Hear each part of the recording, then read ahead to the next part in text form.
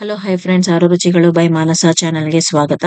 ಕಬಾಬ್ ಅಂದ್ರೆ ಎಲ್ಲಾರ್ಗು non veg ಜ್ಞಾಪನ ಬರುತ್ತೆ. ಆದ್ರೆ ವೆಜ್ ಅಲ್ಲೂ ತುಂಬಾ ಟೇಸ್ಟಿಯಾಗಿ ಕಬಾಬ್ ಮಾಡ್ಕೋಬಹುದು. ಅದರಲ್ಲೂ ಮಶ್ರೂಮ್ ಕಬಾಬ್ ಅಂದ್ರೆ ತುಂಬಾ ಟೇಸ್ಟಿಯಾಗಿರುತ್ತೆ. ಅದನ್ನ ಹೇಗ್ ಮಾಡೋದು ನೋಡೋಣ ಬನ್ನಿ. ಇವಾಗ ನಾರ್ಮಲ್ ವಾಟರ್ಗೆ ನಾನು 2 ಬಾಕ್ಸ್ ಮಶ್ರೂಮ್ ಹಾಕೋತಾ ಇದ್ದೀನಿ. ಹಾಕೊಂಡು ಅದನ್ನ ಈ ತರ ಸ್ವಲ್ಪ ಮೇಲ್ಗಡೆ ಚೆನ್ನಾಗಿ ಈ ತರ ಕ್ಲೀನ್ ಮಾಡ್ಕೊಂಡು, ಇವಾಗ ನೋಡಿ ಮಶ್ರೂಮ್ ನ ಒಂದ್ ತಗೊಂಡು ಅದರ ಮೇಲ್ಗಡೆ ಲೇಯರ್ ಇರುತ್ತಲ್ಲ ಅದನ್ನ ಒಂದೊಂದನ್ನೇ ಈ ತರ ಕ್ಲೀನ್ ಮಾಡ್ಕೊಳ್ಳಿ. ನೋಡಿ ಕೈಯಲ್ಲಿ ಈ ತರ ಸಾಫ್ಟ್ ಆಗಿ ಈ ತರ ಉಜ್ಜಿದ್ರೇನೆ ಮೇಲ್ಗಡೆ ಲೇಯರ್ ಎಲ್ಲ ಬಂದ್ಬಿಡುತ್ತೆ. ಅದ್ರ ಮೇಲೆ ಇರೋ ಕೊಳೆ ಎಲ್ಲಾನು ಈಸಿಯಾಗಿ ಈ ತರ ಬಂದ್ಬಿಡುತ್ತೆ. ನೋಡಿ ಈ ತರ ನೋಡಿ ಎಷ್ಟು ಚೆನ್ನಾಗಿ ಕ್ಲೀನ್ ಆಗೋಯ್ತು. ಇವಾಗ ನೋಡಿ ಈ ತರ ಕ್ಲೀನ್ ಮಾಡ್ಕೊಳ್ಳಿ.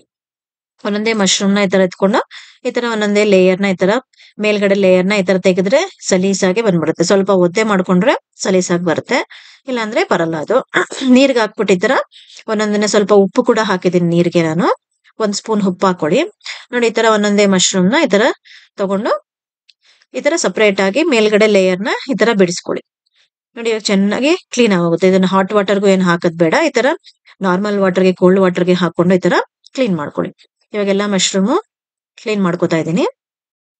ಒಂದ್ ಮೀಡಿಯಂ ಸೈಜ್ ಬೌಲ್ ತಗೊಳ್ಳಿ. ಅದಕ್ಕೆ 100 ಗ್ರಾಮ್ಸ್ ಅಷ್ಟು ಕಾರ್ನ್ ಫ್ಲೋರ್ ಹಾಕೊಳ್ಳಿ. ಕಾರ್ನ್ ಫ್ಲೋರ್ ಜೊತೆಗೇನೆ ಮತ್ತೆ ರೈಸ್ ಫ್ಲೋರ್ ಕೂಡ 50 ಗ್ರಾಮ್ಸ್ ತಗೊಂಡಿದ್ದೀನಿ. 50 ಗ್ರಾಮ್ಸ್ ಕೂಡ ಹಾಕೊಳ್ಳಿ ಅದಕ್ಕೆ. ಮತ್ತೆ ginger garlic paste 2 spoons. Ginger ನೋಡಿ ತರ ಜಿಂಜರ್ ಸ್ಮ್ಯಾಶ್ ಮಾಡ್ಕೊಂಡು ಅದನ್ನ ಹಾಕೊಳ್ಳಿ. ಫ್ರೆಶ್ ಜಿಂಜರ್ ಗಾರ್ಲಿಕ್ ಪೇಸ್ಟ್ ಹಾಕೊಂಡ್ರೆ ತುಂಬಾ ಟೇಸ್ಟಿ ಆಗಿರುತ್ತೆ. 1/4 ಸ್ಪೂನ್ ಅಷ್ಟು ಅರಶಿನ, ಮತ್ತೆ 2 ಸ್ಪೂನ್ ಅಷ್ಟು chilli powder, 2 spoon chilli powder ಹಾಕೊಳ್ಳಿ.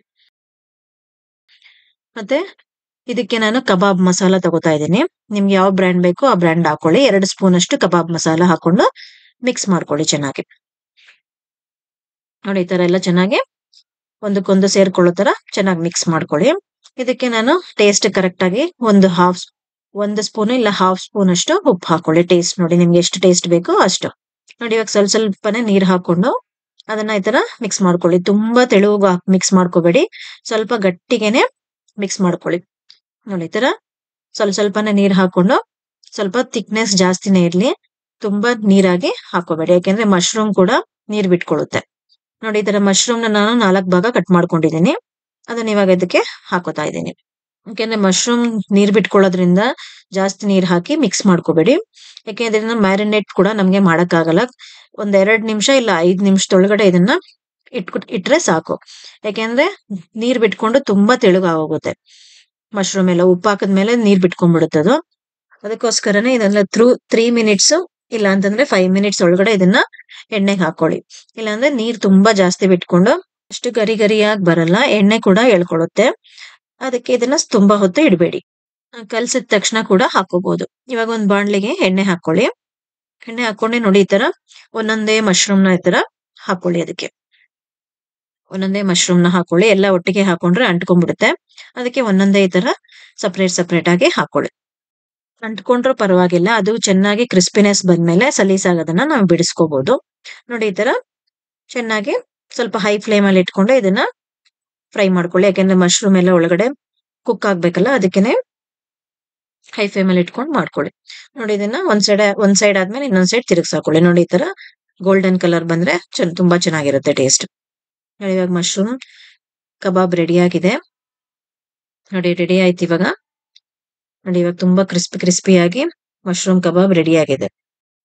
ಇದ್ರ ಜೊತೆ ನೆಂಚ್ಕೊಳ್ಳಕ್ಕೆ ನೀವು ಕ್ಯಾಬೇಜ್ ಮತ್ತೆ ಆನಿಯನ್ ಕೂಡ ಸಣ್ಣ ಸಣ್ಣ ಕಟ್ ಮಾಡ್ಕೊಂಡು ಸ್ವಲ್ಪ ಉಪ್ಪು ಖಾರ ಹಾಕೋಬಹುದು ಅದಕ್ಕೆ. ಮತ್ತೆ ಚಿಲ್ಲಿ ಸಾಸು ಇಲ್ಲ ಟೊಮೆಟೊ ಸಾಸ್ ಜೊತೆನೂ ಕೂಡ ಇದನ್ನ ಸರ್ವ್ ಮಾಡ್ಬೋದು. ನೋಡಿ ವೆರಿ ಟೇಸ್ಟಿ ಕಬಾಬ್, ಮಶ್ರೂಮ್ ಕಬಾಬ್ ರೆಡಿ ಆಗಿದೆ. ಇವಾಗ ಇದನ್ನ ನೀವು ನಿಮ್ಗೆ ಯಾವ ಸಾಸ್ ಬೇಕೋ ಅದ್ರ ಜೊತೆ ಸರ್ವ್ ಮಾಡ್ಕೊಳ್ಳಿ. ಪುದೀನಾ ಚಟ್ನಿ ಜೊತೆ ಕೂಡ ಇದನ್ನ ಸರ್ವ್ ಮಾಡ್ಬೋದು. ಅದ್ರ ಜೊತೆಗೆ ಕ್ಯಾಬೇಜ್ ಮತ್ತೆ ಆನಿಯನ್ ನ ಮರೀದೆ ಹಾಕೊಳ್ಳಿ. ಈ ತರ ನೋಡಿ ಈ ತರ ಉದ್ದದ್ದು ಕಟ್ ಮಾಡ್ಕೊಂಡು ಕ್ಯಾಬೇಜ್ ಆನಿಯನ್ ಕೂಡ ಸ್ವಲ್ಪ ಸಾಲ್ಟ್ ಅಚ್ಚ ಖಾರದ ಪುಡಿನ ಹಾಕೊಂಡು ಮಿಕ್ಸ್ ಮಾಡ್ಕೊಳ್ಳಿ. ಅದಕ್ಕೆ ತುಂಬಾ ಟೇಸ್ಟಿ ಆಗಿರುತ್ತೆ. ನನ್ನ ಚಾನೆಲ್ ನ ಸಬ್ಸ್ಕ್ರೈಬ್ ಮಾಡ್ತಾ ಇರೋರು ಇವಾಗಲೇ ಸಬ್ಸ್ಕ್ರೈಬ್ ಮಾಡ್ಕೊಳ್ಳಿ ಫ್ರೆಂಡ್ಸ್. ನನ್ನ ಹೊಸ ರೆಸಿಪಿಗಳ ನೋಟಿಫಿಕೇಶನ್ ಬರುತ್ತೆ. ಹಾಗೆ ಬೆಲ್ ಐಕಾನ್ ಕೂಡ ಪ್ರೆಸ್ ಮಾಡಿ. Thank you friends.